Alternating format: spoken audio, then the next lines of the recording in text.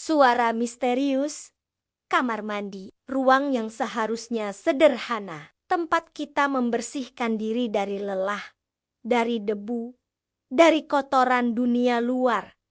Tapi, siapa sangka, bagi sebagian orang, kamar mandi justru menjadi ruang paling menyeramkan. Malam ini, dengarkan kisah nyata dari seorang mahasiswa bernama Irwan yang menempati sebuah kos tua di sudut kota Jogja. Kos sederhana, murah, tapi menyimpan misteri, terutama pada satu ruangan, kamar mandinya. Suasana kos Irwan baru 2 minggu tinggal di kos itu. Bangunannya tua, dindingnya sudah mulai mengelupas, catnya kusam, dan lampu lorong redup seperti enggan menyala. Pemilik kos, seorang ibu berusia 50-an, hanya berpesan satu hal saat Irwan pindah. Kalau malam, jangan sering-sering mandi, Nak. Air di sini kadang terasa berbeda. Irwan menganggapnya hanya peringatan biasa. Sampai suatu malam, ia membuktikan sendiri arti kata berbeda itu. Kamar mandi angker, jam menunjukkan pukul 11 malam. Irwan yang sibuk dengan tugas kuliah merasa perlu mandi agar segar. Ia melangkah menuju kamar mandi di ujung lorong. Pintu kayu itu berderit saat dibuka dan aroma lembab menusuk hidungnya. Lampu di langit-langit berkelap-kelip, seakan bisa mati kapan saja. Di sudut ruangan ada sebuah bak mandi besar dari semen penuh dengan air. Permukaannya begitu tenang, memantulkan cahaya lampu redup.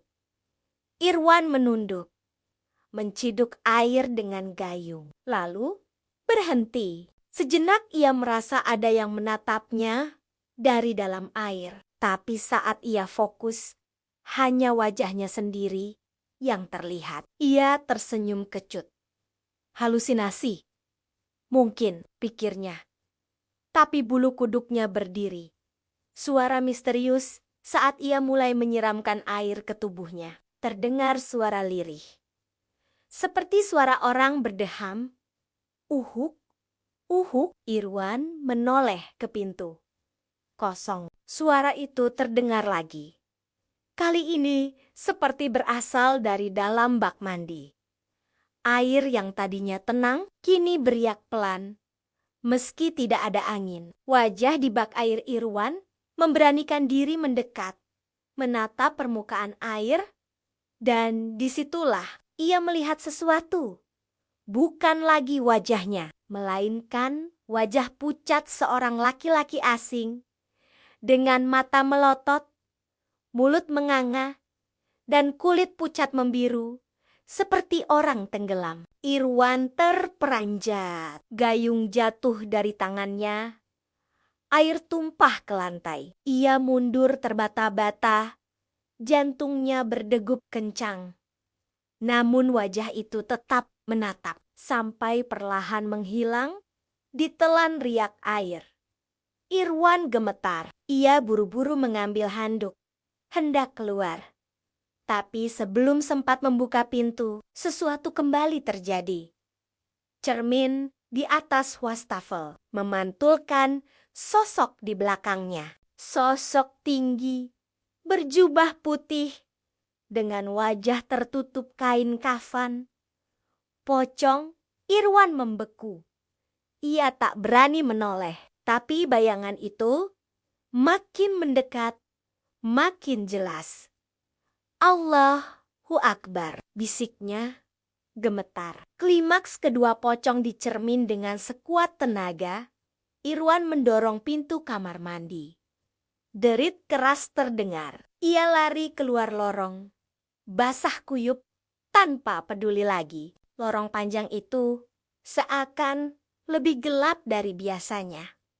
Lampu-lampu berkedip, beberapa padam. Ia baru berhenti setelah sampai di kamarnya, mengunci pintu rapat-rapat. Tubuhnya menggigil, pikiran kacau.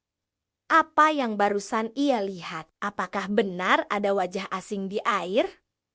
Ataukah itu arwah penghuni kos ini? Dan pocong di cermin itu? Malam itu, Irwan tidak bisa tidur. Setiap kali memejamkan mata, wajah pucat itu muncul kembali.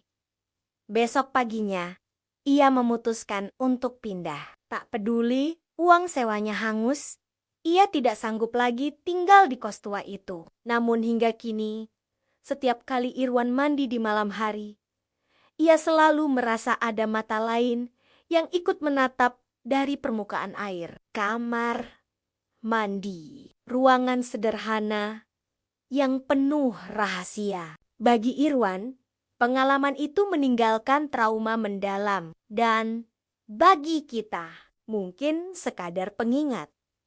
Jangan pernah meremehkan tempat yang dianggap paling biasa, karena terkadang justru di sanalah yang tak terlihat bersemayam. Saksikan kelanjutan kisah horor hantu di kamar mandi, episode kedua. Subscribe channel Sanggamara 99 dan ikuti playlist Horor Cam.